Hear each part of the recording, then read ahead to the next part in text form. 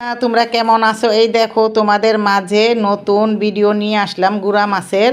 তো এই যে এখানে আমি দেখো কি সুন্দর সুন্দর গুড়া মাছ বলতে কি এই যে দেখো ট্যাংরাগুলো আছে এখানে।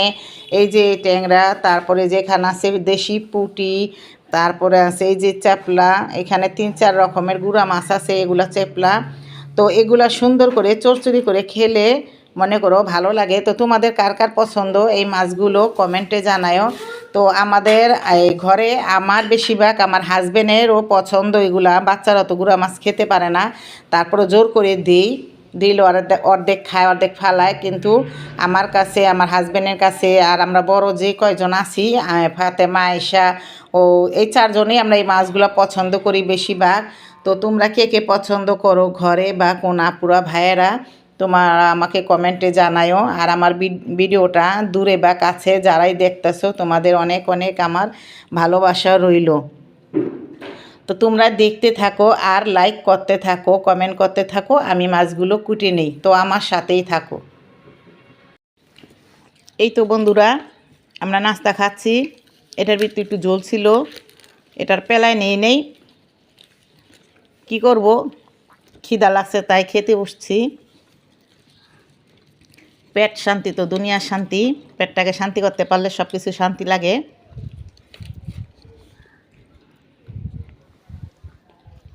বিসমিল্লাহ।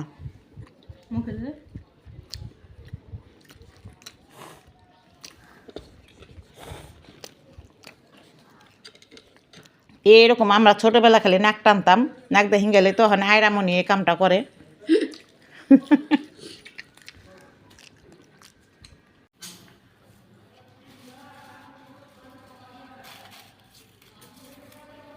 তো বন্ধুরা, আমি মাছগুলো সবগুলো কুটে নেব সুন্দর করে।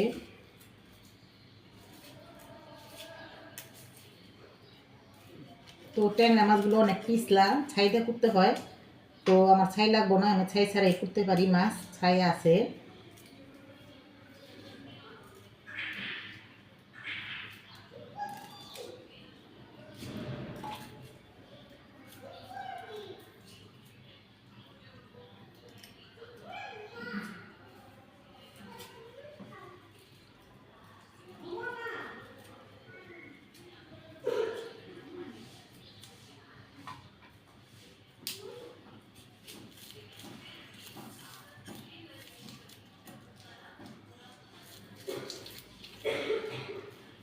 আর তাজা মাছ বেশিরভাগ হয়, পিছলাই হয়।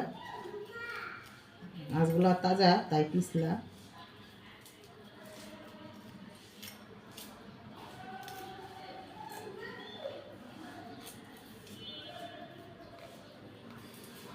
তো আমি পুঁটি মাছের মাথাগুলো ফালাই দিই, কারণ একটু তিতা লাগে।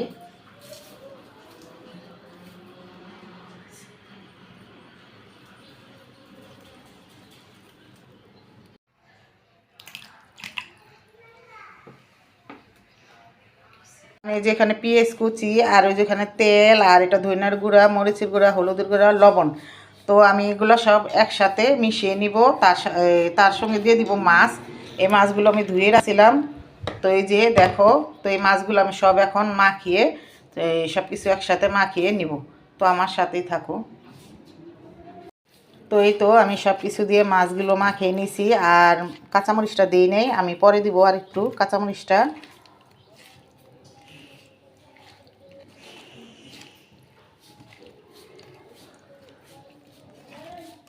তো এই যে এখানে আমি একটু পানি দিয়ে দিব।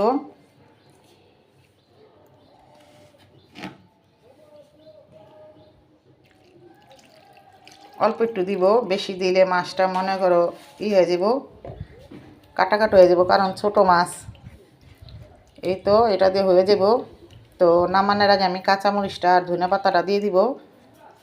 আমি অল্প করে পেঁয়াজ কাটাটা দিছি।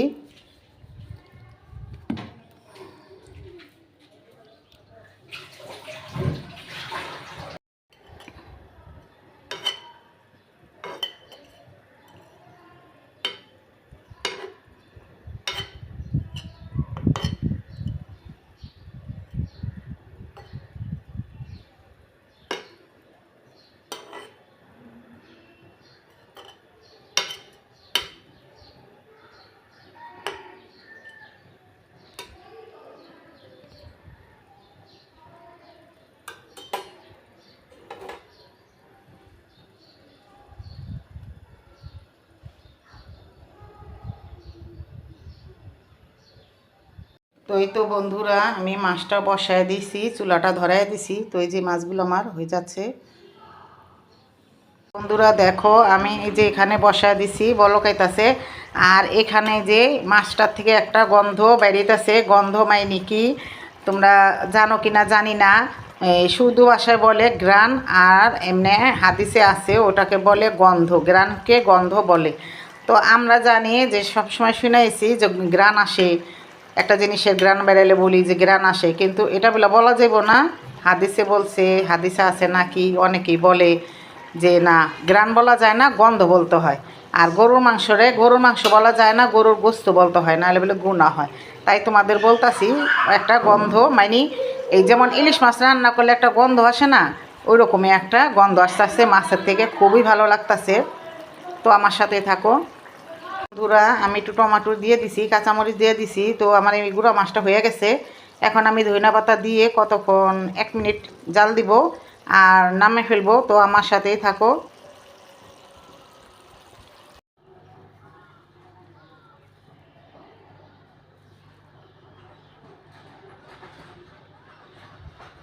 এই তো আমার গুঁড়া মাছ রান্না করা হয়ে গেছে। তো দেখো কীরকম হয়েছে। আর আমার আপুরা ভাইয়ারা ভালোবাসার মানুষরা কমেন্টে জানাইবা কীরকম হয়েছে আমার এই গুঁড়া মাছের রেসিপিটা। তো সবাই লাইক কমেন্ট শেয়ার করে দিবা প্লিজ। আর তোমরা সবাই ভালো থাকবা, সুস্থ থাকবা। আল্লাহ হাফেজ।